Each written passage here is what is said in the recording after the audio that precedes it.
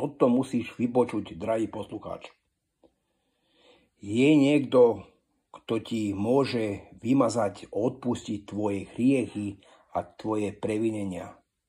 A to je Pán pánov a kráľ kráľov, živý, skriesený Ježiš Kristus.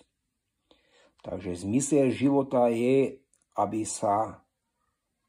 si sa obrátil k nemu a aby si klakol na kolená a prosil Pána Boha, aby ti odpustil tvoje hriechy, aby si mohol znovu zrodiť. Takže aby si urobil pokánie a kajanie z tvojich hriechov. A s takouto cestou môžeš dostať na cestu večného života. Obráti sa živému Ježišovi Kristovi, kým je možnosť a kým je čas a kým ste živí. Lebo keď príde deň súdu, tak potom už je neskoro. Musíte pichať večne za svoje hriechy. Takže nevynechaj najväčšiu možnosť, najväčšie šťastie života, že je niekto, kto ti môže odpustiť tvoje hriechy. A ten je živý a večný Ježiš Kristus. Nemáš ísť nikam ani do kostola, ani do zboru, ani na žiadne sveté miesto.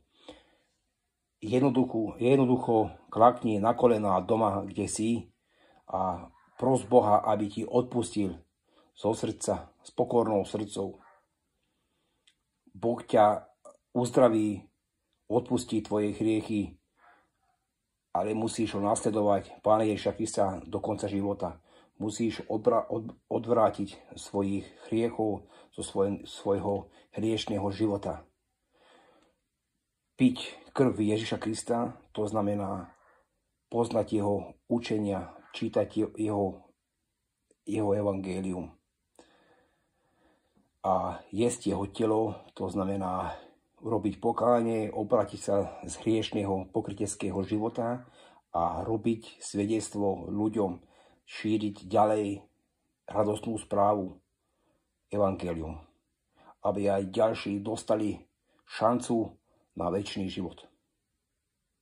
Večná chvála a sláva Pánovi Ježišovi Kristovi, Otcovi nebeskému.